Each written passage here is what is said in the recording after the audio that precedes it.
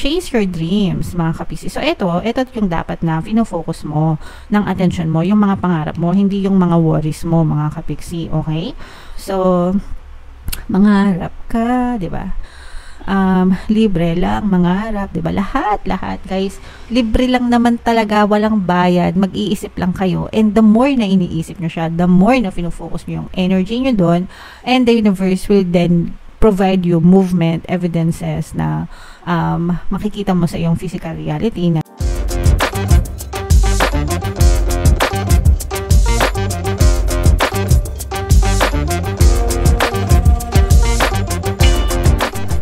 hello guys, hello Pisces, welcome back to Pinoy Pixie Tarot. Ang pamagat ng episode natin for tonight is messages from the universe para ngayong August to September para sa Pisces, Sun, Moon, Rising, Sign, and Venus.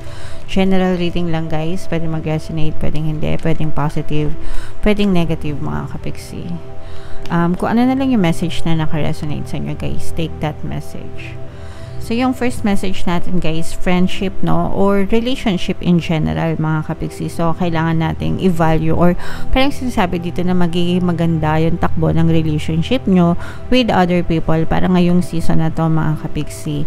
And wag na wag din nating iti-take for granted or babaliwalain yung mga tao sa paligid natin, pamilya natin, mga kaibigan natin, mga kapitbahay natin, mga kasamahan natin sa trabaho, community, no?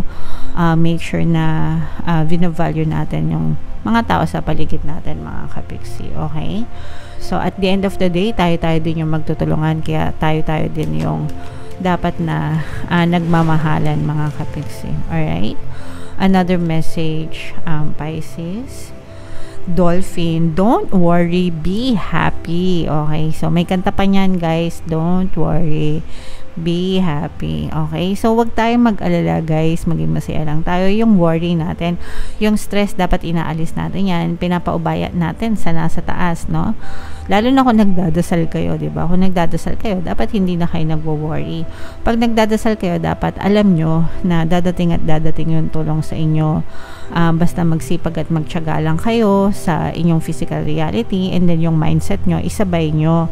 Kaya importante yung be happy, be positive guys, kasi yun yung pagkakaroon ng positive mental diet. And kapag positibo yung mental diet nyo, talaga makita kayo ng resulta dun sa mga bagay na gusto nyo, okay? Kesa dun sa mga bagay na hindi gusto nyo. Kasi pagka nagwo-worry kayo guys, ibig sabihin, pinofocus nyo yung attention nyo dun sa mga pag-aalala nyo. Okay? Kaya nga kayo nagwo-worry kasi nag-aalala kayo.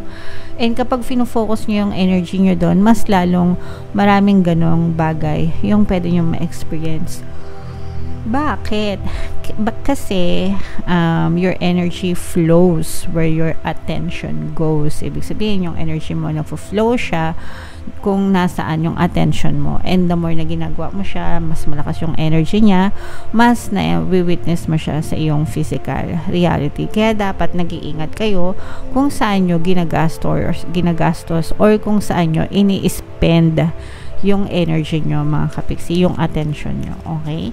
Kaya importante na be happy, be positive para doon nakafocus yung attention nyo, and yun din yung ma-experience nyo, alright? Chase your dreams, mga kapiksi. So, ito yung dapat na fino-focus mo ng attention mo, yung mga pangarap mo, hindi yung mga worries mo, mga kapiksi, okay?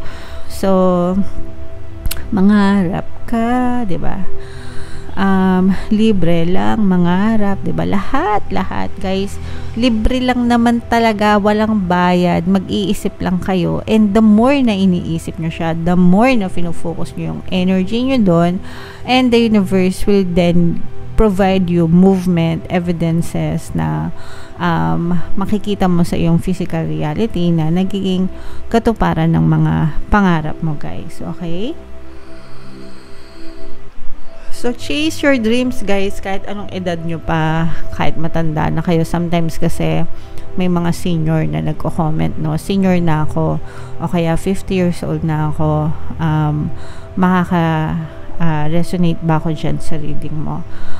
Depende po, as long as pwede pa, as long as gusto nyo pa, no? As long as nangangarap pa kayo, as long as binubuhos nyo pa yung attention nyo dun sa mga gusto nyo, pwede pa, mga kapiksi. Okay? Walang age limit, guys, no? Yung iba, they start at 40s, 50s, pero sumasagana sila. While other people, nagsisimula sila much younger kasi maganda yung mindset nila. Okay? Next, mga kapiksi, is originality, no? Embrace your own self, guys, no? Kumbaga, love yourself for being who you are, hindi yung nanggagaya ka or hindi yung nagpe-pretend, no? Hindi naman sa nanggagaya pero nagpe-pretend. Don't pretend to be somebody else para lang magustuhan ka ng ibang tao. Mas masarap pa rin sa pakiramdam na mahal ka ng ibang tao dahil ikaw, no? They love you for who you are and for what you are, mga kapiksi. Okay?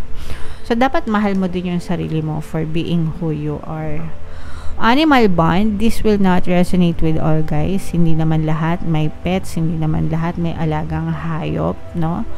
Actually, sa bahay namin, hindi pwede kasi may hika kami.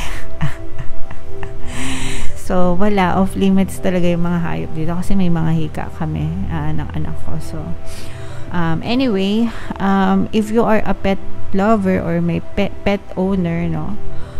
Make sure na alagaan yung mabuti yung mga pets nyo, no? Kaya nga kayo nag-alaga, dapat responsable kayo.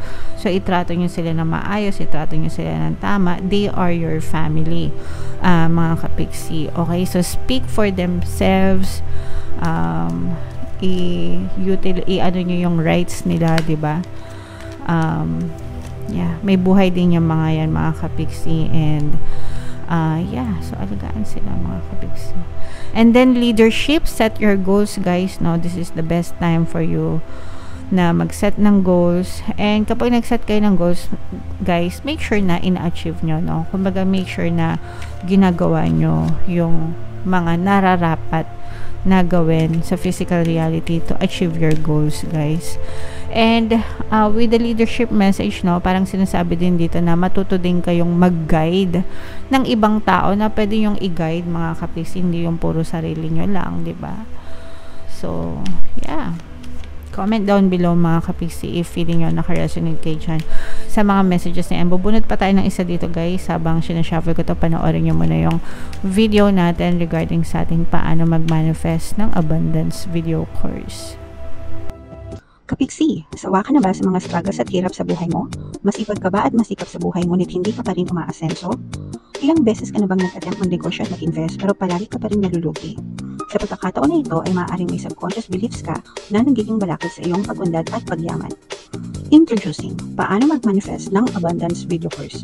Dito ay matututunan mo ma-overcome ang mga balakid mo para tuluyan ka ng umunlad, umasenso, sumagana, maging matagumpay, successful at maswerte sa iyong kabuhayan, pera, trabaho, negosyo sa lapi at kaperahan ng bonggang-bongga.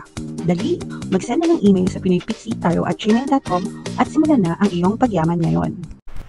Alright, so sa lahat na gusto mag-avail ng course, guys, meron tayong promo. Magbibigyan ko ng free 3-in-1 pampaswerte sa subliminal, pampaswerte sa buhay, sa pera at sa love life. Sa lahat ng mag-avail ng course until August 31, guys, worth 1,500 yung freebie na yan, kaya i-avail nyo na, sobrang ganda. And meron din tayong bagong course, paano mawala ang third party at magkaroon ng harmonious na relationship para mawala yung mga kabit ng jowa nyo, guys. 30% discount until August 31, so i-avail nyo na, mga kapiksi.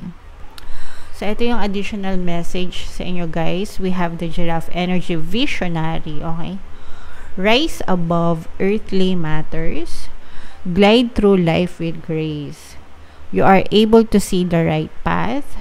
Stand tall in your self-worth and love with a big heart. Ito nga yung sinasabi ko sa inyo kanina na mahalin nyo, no, yung sarili nyo. Stand tall. Mga kapiksi, in your self-worth, mahalin mo yung sarili mo, and wag ka mag-pretend to be somebody else para lang magustuhan ka. You are unique, you are loved, mga kapiksi, you are respected, no? You deserve to be loved and respected, guys. So make sure na yung self-worth nyo, self-love, self-care, self Dapat talaga minamahal nyo yung sarili nyo for who you are, mga kapiksi.